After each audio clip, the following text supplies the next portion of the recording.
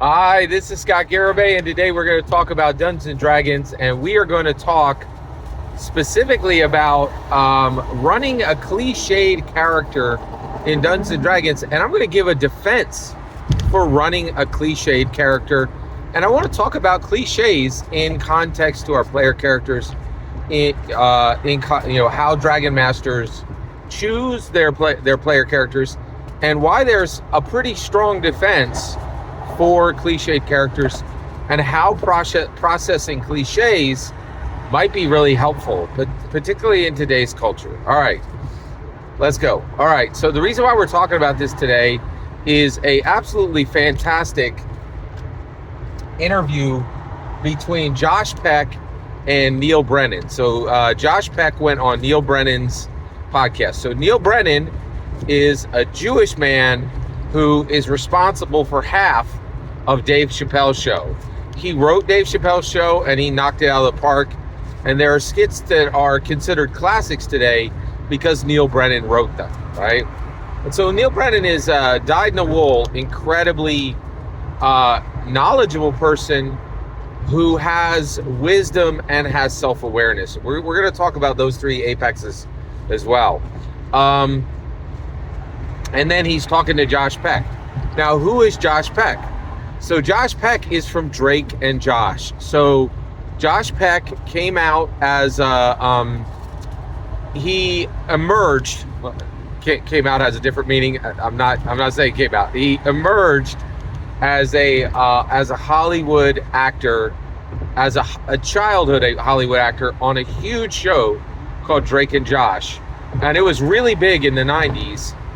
Josh Peck is 37 years old and today, and he was just in Oppenheimer, which won an Oscar. So he started out with a massively successful show, and he just was in, Christopher Nolan's last movie. He's had an extremely successful career by any set of metrics, but he's also not a guy that everybody knows his name, but really, really fascinating guy.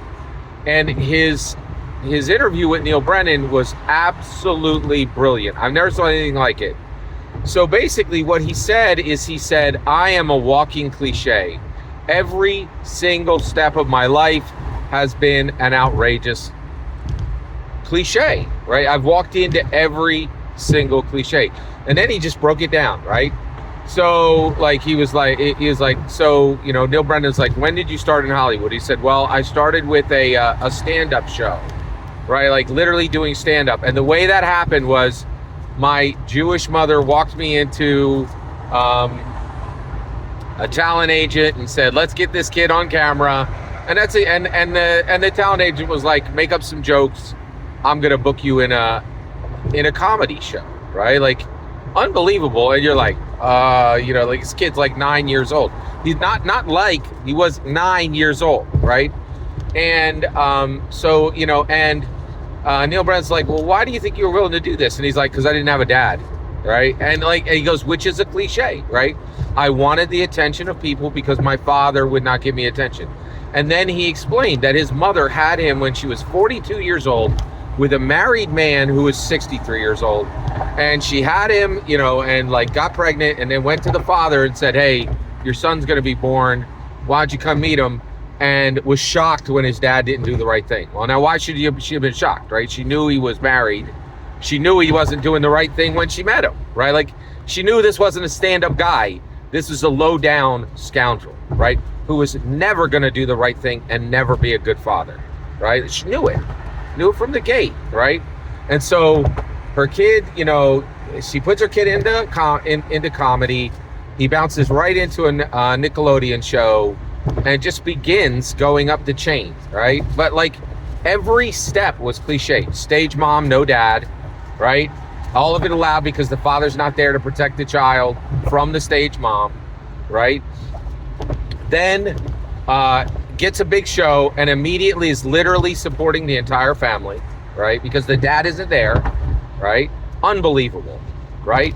Then crushes it, does a great job on Nickelodeon, but Nickelodeon does what Nickelodeon does, right? And what does Nickelodeon do? Nickelodeon, show craps out in 4 years, and now he's nowhere, right? So what does he do when he's in nowhere? He does exactly what every single, at the macro level, child star does: drugs and alcohol. Just goes straight down the line. And Neal Brennan's like, what kind of drugs? Like hard stuff? He's like, everything, the whole nine, right? Gets completely addicted to alcohol, get completely addicted to recreational drugs, and just every single step of the way, right? And even now that he is, and then he's like, and then like Neal Brennan's will like, how am I talking to you now, right? Like, you seem pretty put together. He's like, of course, Alcoholics Anonymous, 12-step program, Narcotics Anonymous, 12-step program, apologized, and now just like every single macro level studio executive, every actor in Hollywood, recovered addict, recovered alcoholic, who goes to meetings every week. And what blew me away was he knew it. He knew it, and he admitted it, and he owned it. He's like, I am a walking cliche.